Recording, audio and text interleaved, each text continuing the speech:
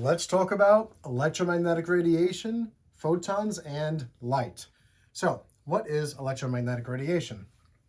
Well, um, to put it simply, it is an electric field that's oscillating and a perpendicular magnetic field, also oscillating, traveling in the same direction at the same speed. Okay? Whether or not that sounds simple, that's basically what it is. And so if we look at my beautiful diagram here, this red sinusoidal curve here is going to be our electric field. So it's oscillating in the vertical plane. And then we have our magnetic field in blue that is oscillating in the horizontal plane, at least the way I drew it here. And so just recall with waves, the distance between any two peaks or two nearest peaks is the wavelength. And so this electric field and the magnetic field have the same wavelength, and then they're traveling at the same speed, okay? So now let's talk a little bit about waves in general. And so most chemistry books are going to use this notation where u is the speed of the wave. And so we'll represent that, it's going to be a length per time. So we'll do meters per second. And then we have this Greek letter lambda, which represents the wavelength. And that is a length. So that's going to be meters in this case. It could be nanometers. But for the equation to work out and the units to cancel out, to get speed in meters per second, wavelength would have to be in meters here. And then this Greek letter that looks kind of like a V is the Greek letter nu. And that is the frequency. And so that's how many waves pass a point per unit time. And so in this case, we're going to be using waves per second, but we don't actually write out waves or cycles. We just put a 1 there. So it's just per second or reciprocal seconds. And then a reciprocal second is also represented as a hertz, okay? So you can write, instead of 1/seconds, you can write hertz here. But I wanted to put it in this format so we can see that when you multiply meters by 1/seconds, well, you get meters in the top and then seconds in the bottom, and that gives you speed. So if you're given a frequency and you're given wavelength, and you don't remember the equation to get speed, just look at your units. If you know that speed has the units of meters per second, you're given meters, you're given per seconds, they might write it as hertz, but then you know, okay, I want meters on the top, seconds on the bottom, I'd have to multiply them to get my speed, okay? Now, if we look at this, holding the speed constant, we can see that as the wavelength gets larger, the frequency would have to get smaller, right? Because being that this product, if we hold the speed constant, always has to have the same value, well, as one number gets bigger, the other one has to get smaller to accommodate so that the product of them is equal to a constant, okay? So wavelength and frequency are inversely proportional to each other. As one gets bigger, the other one gets smaller for the same wave, right? And so if we're looking at electromagnetic radiation, that all moves at the speed of light. And the speed of light in a vacuum is 3.00 times 10 to the 8th meters per second, okay? So now what is electromagnetic radiation in a more, kind of understandable term, or, what are examples of it is a better way to phrase that. Well, if we look at this chart here of wavelengths, and remember that's lambda, in this case we're measuring them in nanometers, we're going from 10 to the negative third nanometers all the way up to 10 to the 13th nanometers, okay? So we're going from very small lengths to very long lengths over here. Somewhere towards the middle of this, between 400 to 700 nanometers, is visible light. So red, orange, yellow, green, blue, violet, that's all a small section of the spectrum of electromagnetic radiation. So in other words, this little tiny slice that I kind of blew up over here between 400 nanometers and 700 nanometers, that's what we can see, and that's what we call light, visible light. But now, as the wavelengths get shorter from violet, we get into what's called ultraviolet. And then if we get the wavelengths even shorter again, we end up over at X-rays, and then we end up over at gamma rays if we get shorter again. Now, so what can we kind of tell here from the trend of wavelengths and what happens to the radiation? Well, we know that we can have visible light hit our skin, and that's going to be fine. Ultraviolet light can actually burn your skin, right? X-rays are so powerful that they can go through your skin but get stopped by the bone. That's why we can use it for imaging. But that's also why the X-ray techs stand behind a wall and they put lead blankets over any parts that you don't want the X-ray on. And then if we get even shorter, we get gamma rays, which is the kind of radiation that gets released in nuclear events, right? So what we can see is that as the wavelengths get shorter, the electromagnetic radiation gets stronger or more highly energetic, right? And so as wavelengths get shorter, the frequency gets higher. So we can see that a higher frequency and a shorter wavelength, which those statements go together, result in a more energetic radiation, okay? Now let's go back to visible light. So we can see that violet is more highly energetic or shorter wavelength than the other colors, and then red is the longest and the lowest energy light. Now, when we go past red, we get into infrared. And it's interesting because, of course, we as humans, we can only see from red to violet, but other creatures can see other colors, right? So snakes can actually see infrared. And certain types of insects and birds can actually see ultraviolet. So, the colors that we see aren't the only ones that exist out there. It's all on a spectrum of electromagnetic radiation, and other creatures can actually see different forms or different sections of this wavelength spectrum. So pretty interesting there. So as we go longer than red and lower energy, we get to infrared, then microwaves, and then finally radio waves. They're pretty long. So as we can see here, shorter wavelengths, and as we go down to the lower frequencies, we get to longer wavelengths. All right?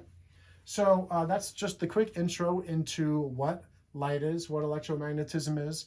And now let's go and look at some equations and do a practice problem, and then we'll talk about photons. All right, so let's do an example. And let's make something up that you might see on an exam or a homework problem. And I just have this image of Sally is sitting in her lawn and looking at the green light reflecting off of the leaves. She happens to know that the wavelength of this light is 532 nanometers. What is the frequency of this light, right? Some hypothetical situation where we know the wavelength of the light and we want to know the frequency. Whatever the backstory is that they give you, let's do that as our example. So we know that wavelength is going to be 532 nanometers because that's what they're giving us. And then they're asking for frequency, and we know that the variable for that is nu. And so what equation do we have that relates these two things? Well, it's that equation for the speed of a wave, and that is that u is equal to lambda times nu. Now, let's say you couldn't really remember the equation and they don't give it to you in the exam. Well, you know that speed is going to be meters per second for the most part in this kind of course, right? We're going to do meters per second. Well, what is meters per second equal to? If this is meters per second, it's equal to meters times per seconds, right? Because a hertz is a reciprocal second. So you can just always use the units of the variables to help you remember how the formula goes, okay? So now let's go ahead and do the problem. We're going to have to solve this for nu in order to get that as our final answer, right? But before we jump in, guys, I just wanted to remind you, if these videos help, please give a like, follow, share, subscribe, comment. If you have any questions about this video, or if you have any requests for another video for me to make, feel free to go ahead and comment those things. And if you'd like to go further, you can check out my links and patronize me. That helps me to continue making these videos for free. So let's get back into the problem, where I don't know if it was Sarah or Sally is pondering the wavelength, or she's pondering the frequency of green light, right, coming from the outdoors. So we want nu on its own.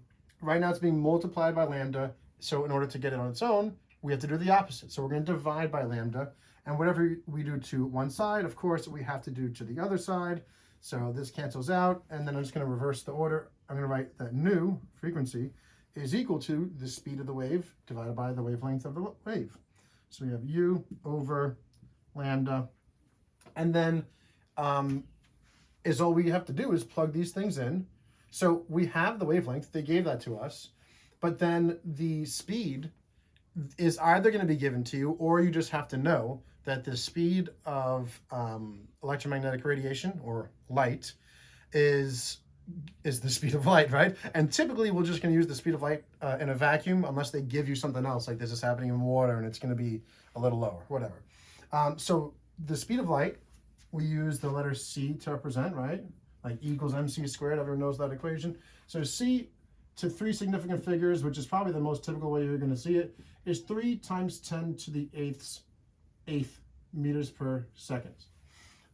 So that is the speed here, right? So we can just plug that in. So let's go ahead and plug this in, and we have 3.00 times 10 to the 8th meters per second. Now, if we just plugged in lambda the way it was given to us, are we going to get the units that we want? You always have to think about that. Always look at units. If I just wrote 532 nanometers, let's just put it down here. 532 nanometers. Well, the meter part cancels out, but you know, you're gonna still have this nano part in the denominator. So we're gonna get like 1 over nanoseconds is what our final unit would be. That's not what we want. We want 1 over seconds, which is the same as hertz. So we're not going to just plug it in the way that it was given. We have to quickly write this in meters so that we're canceling out the meters. And the easiest way to do this is just, you do have to memorize what the prefixes in the metric system stand for. And nano is -9th. Nano is 10 to the -9th times the base unit. So in other words, this is 532 times 10 to the -9th meters. All right. So yeah, sometimes you do have to memorize things, unfortunately, but the metric system, if you're going to go into science at all, you got to know the metric system, right? So times 10 to the -9th meters. And I don't really ever bother doing the full equation to get the decimal point in the right spot and get in scientific notation. You can just swap out that prefix for what it stands for, right? If this was micrometers, you would have put the number times 10 to the -6 meters. And then this way, when you punch this into your calculator, you're just going to get your final answer in the units that you want, which meters are canceling, and we're going to get 1 over seconds, right? So 1 over seconds is a reciprocal second, is a hertz, once again. So let's punch this in. And we have 3 times 10 to the 8th. And remember, in your calculator, there's usually a capital E. Sometimes it's written as 2 E's together. And so in your calculator, you're going to see, like, you're going to type in 3. I never type in the 0.00. It doesn't change anything, right? 3 times 10 to the 8th. And then you're going to just hit divide and then just type in the 532. And remember that capital E stands for times 10 to the. And now we're going to put in -9th. And so let's see, 3 times 10 to the 8th divided by 532 times 10 to the -9th. We get 5, let's see, I'll just put an equal sign over here. So we have, that's 5.639, there's more digits, times 10 to the 14th. Now, in the calculator, it shows it as the 5.639 with more digits, and then the capital E, 14. I've seen many times students, they type this stuff in the calculator, and the E kind of blends in with the rest of the digits. So they might just take like this first portion and just round it to the correct number of sig figs, if they remember to do that. And then they might leave off the exponent here, the 10 with its exponent. So just always make sure you check the right-hand side of your calculator screen for that exponent of the 10, which would be like E and then a number. In this case, it's E14. So now this is 1 over seconds, reciprocal seconds, or hertz. But we always have to remember to do things with the correct number of significant figures. And with the values that I used in this problem, that has 3 sig figs, that has 3 sig figs. Our answer has to have 3 sig figs. So we're going to round after the first, second, third sig fig. And we're going to round that now to 5.64 times 10 to the 14th hertz. It starts getting harder to write this low on the board. Hopefully that's all in the shot, and you can read that well enough. All right, so that's this example.